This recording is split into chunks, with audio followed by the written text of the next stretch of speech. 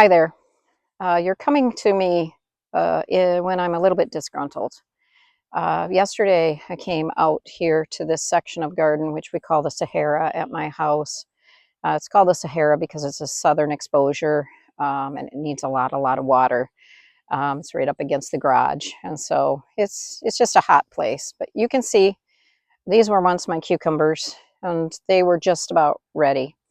And we were really looking forward to eating those. So I believe what we have is chubby. There was a chubby at the farm, and now we have a chubby here at my house. Chubby is a groundhog. Um, Now I've been seeing him out here. I put out something called Repelzol, usually very effective. Didn't seem to keep him from getting into things. He also ate collard greens. He ate some okra. Those two plants are going to be fine.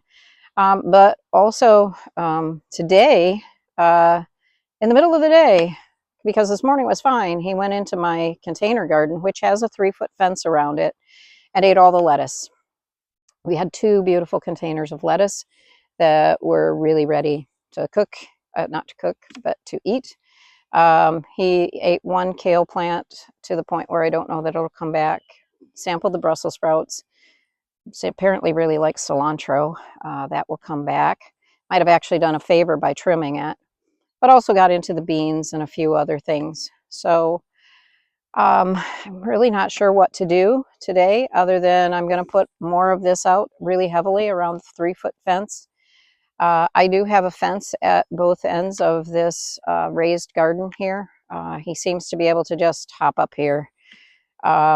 So I will put more of this out. I also have been using something called liquid fence. Seems not to be deterring him at all. So what I'm going to do in the container garden is I didn't want to use these this year. These are basically garden mesh bags. So I'm going to put those over any of the plants that this groundhog seems to like. So, you know, it's a part of gardening.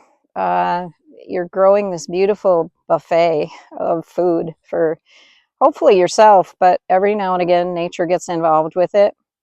We'll try to live trap that groundhog and try to do what we can to get rid of it without harming him. But uh, you know, you can't keep losing your plants either.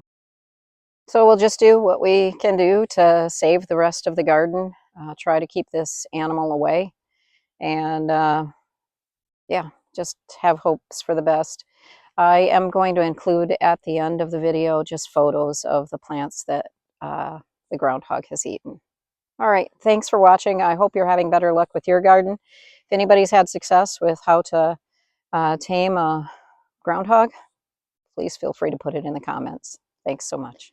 Hi, I wanted to do an addendum to the previous video on the groundhog. I wanted to show you what I did. These are garden cloth bags.